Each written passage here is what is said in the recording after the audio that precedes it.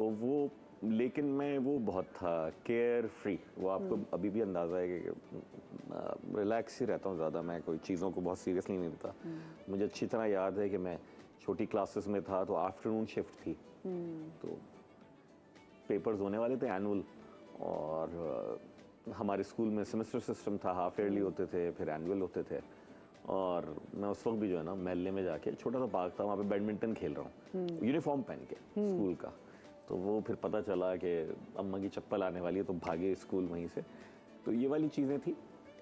तो अब्बू का ये बहरहाल के रोब ठीक ठाक रहता था कि जब जॉब से आ रहे हैं और जनाब के अभी भी रोब है, आवाज भी इतनी रोबदार है। मेरा बच्चा अक्सर कभी छोटा सा है वो चीख मारता ना, तो मैंने कहा लो जी खानदानी आवाज आ गई इस आदमी में भी। हाँ, छोटे से आदमी में। तो अब्बू का हमेशा से रोब रहा है, जब यानी कोई बहुत मामला बिगड़ जाए ना तो वो फिर अब्बू की तरफ से पिटाई होती थी, वरना आम हालात में अम्मी ये फरीजा जो है ना बतरीक़ एहसन अभी भी अब्बू के रोब में है।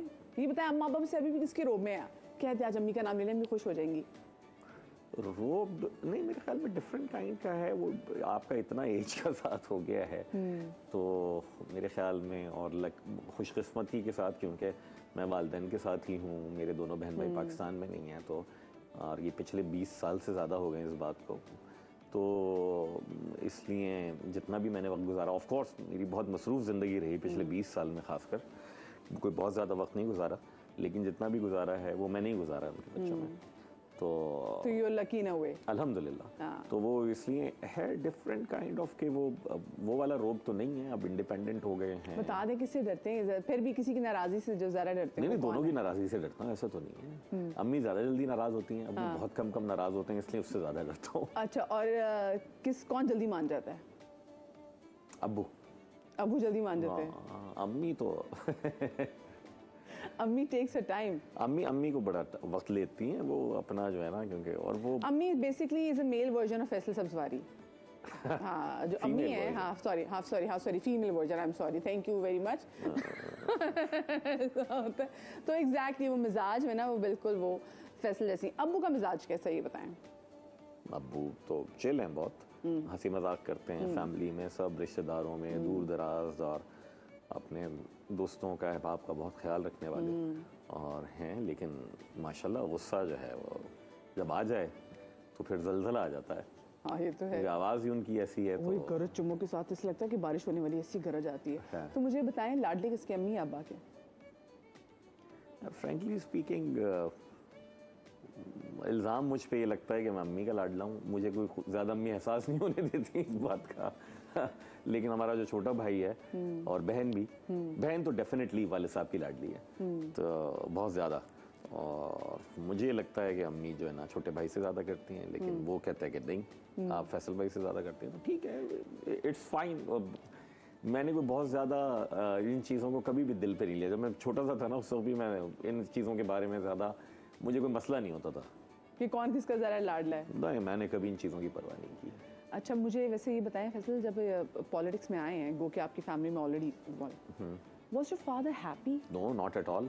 अब्बा की तो बड़ी डांटें हमने सुनी है, अब्बा की मार भी खाई है इस बात के ऊपर, क्योंकि हम जिस वक्त सियासत में आए, एक तो मैं बहुत छोटा था, स्कूल में था, लेकिन मुझे अच्छी तरह याद है जब MQM के APMSO का था पहला जलसा बड़ा, जिसमें कंडक्ट करने पे मेरी खबर जंग अखबार में छपी, तो और मैंने ताज़ा मैट्रिक किया था, इतना छोटा था मैं।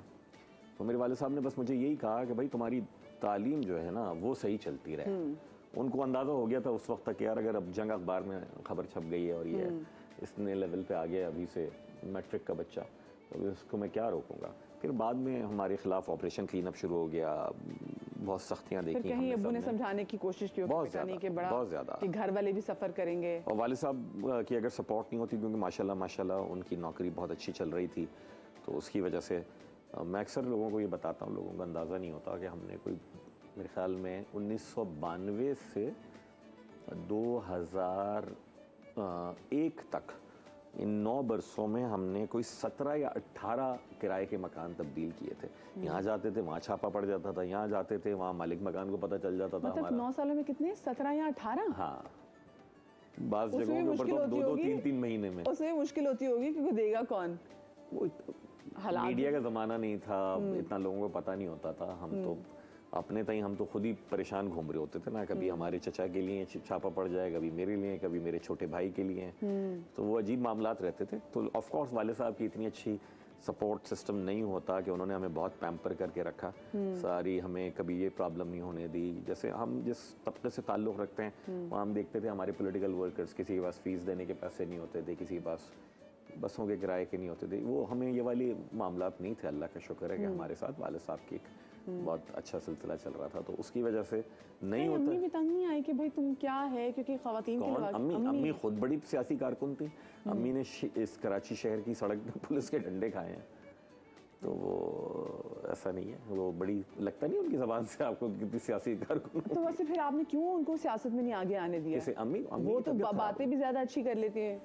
तबीयत अम्मी की ख़राब रहने लगी ना, फिर वो हालात ऐसे थे तो वो दिल पे ले लेती हैं हर बात।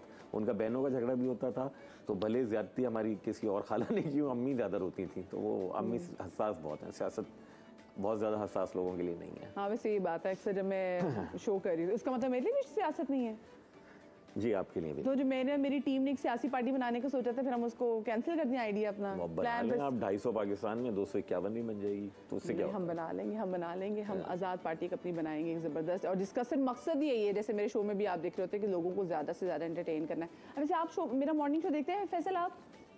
नहीं।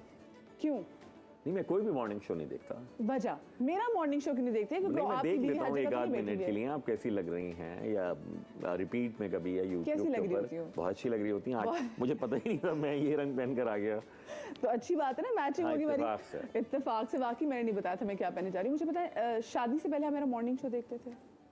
सुबह जल्दी उठ जाता था तो देख लेता था। अच्छा, अगर आप जल्दी उठते थे तब देखते थे या फिर सुबह जल्दी उठते थे मेरा मॉर्निंग शो देखने के लिए? मिक्स एंड मैच कर लीजिए। सही से बताएं, आज मेरा शो, आज खुल के बात करें, आज मेरा दिन है। हाँ प्लीज। हाँ, उठ जाता था देखने के लिए। हाँ। तो देख के फिर कभी घर की मुर्गी दाल बराबर। ये देखिए कितनी बुरी बात है, घर की मुर्गी दाल बराबर। गलवाना चाह रही थी मैंने। हाँ नहीं तो मुझे बताएं फिर क्या, जब आप टीवी पे देखते थे इतनी प्यारी लड़की जो चहचहाती हुई सुबह आ रही, उसको देख के क्या बात सोचते थे आप? मैं कोई इस तरह का आदमी नहीं हूँ, सोचता था ये करता था, खुदा का खौफ करे। नहीं वैसे ही आप अच्छी प्यारी देखा कोई टॉपिक आ रहा है, ये है वो अच्छी लग रही है। हाँ। तो मुझे बताएं कि फैसल, मैं पंजाबी, आप उर्दू स्पीकिंग, तो फिर आपको हुआ नहीं कि यार ये तो पंजाबी लड़की है, बोलती भी माशाल्लाह से इतना तेज है, समझ नहीं आती? हाँ, शुरू में तो अच्छी लगी थी आपको बातें पंजाबी? नहीं, बिल्कुल अच्छी नहीं लगी थी। नहीं, पंजाबी बहुत अच्छी ज़बान है, लेकिन आप माशाल्लाह इतना तेज बोलती हैं, मुझे समझ में नहीं आती थी। अच्छा, फिर कब समझ आना शुरू हुई आपको? समझ ऑफ कोर्स इतने साल हो गए हैं, अब थोड़ी थोड़ी करके समझ में आ रही है। ऐसे तो खुद आप से पंजाबी बोल सकते हैं? मैं नहीं, मुझे पंजाबी म्यूजिक बहुत पसंद है। लेकिन नहीं, वो बोल नहीं सकता मेरे ख्याल में मैं। जरा ट्राई तो करो पंजाबी बोलने की, खुदा का खौफ करें। ਤੁਸੀਂ गल ਤੇ करो की गल करा। चले, मेरे लिए तो यही बड़ी बात है। सोचें, जब से मेरी शादी हुई मेरी हसरत है कि मैं इनको कुर्ता पजामा में, सॉरी कुर्ता शलवार में देखूं, बट इस आदमी ने कभी ने कहा नहीं, मैं शलवार कमीज़ नहीं, मैं पजामा कमीज़ जो है, कुर्ता पजामा ये पहनूंगा, ये मेरी शनाख्त है। और अक्सर मैं हम कहीं जाते हैं, मैं कहती भी फैसल मतलब कोई थोड़ी और ड्रेसिंग कर लो, तो नहीं, कुर्ता पजामा एक स्टेपल, ये स्टाइल स्टेटमेंट है फैसल की।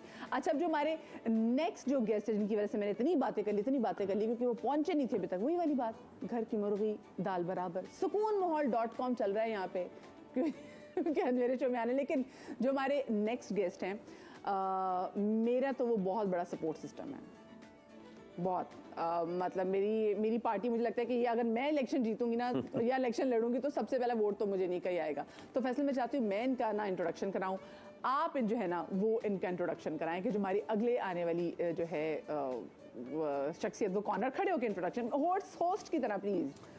हाँ, ये कैमरा। हाँ, अब क्योंकि मैं खड़ा हो गया हूँ और मैं बुला, और ये इलेक्शन में खड़े नहीं हुए और मैं निहायत एहतराम से बुलाऊंगा। नहीं, मेरे लिए बहुत मोहतरम और हम पे बहुत खुदा का करम है, मेरे वालिद एहतराम सब्ज़वारी साहब।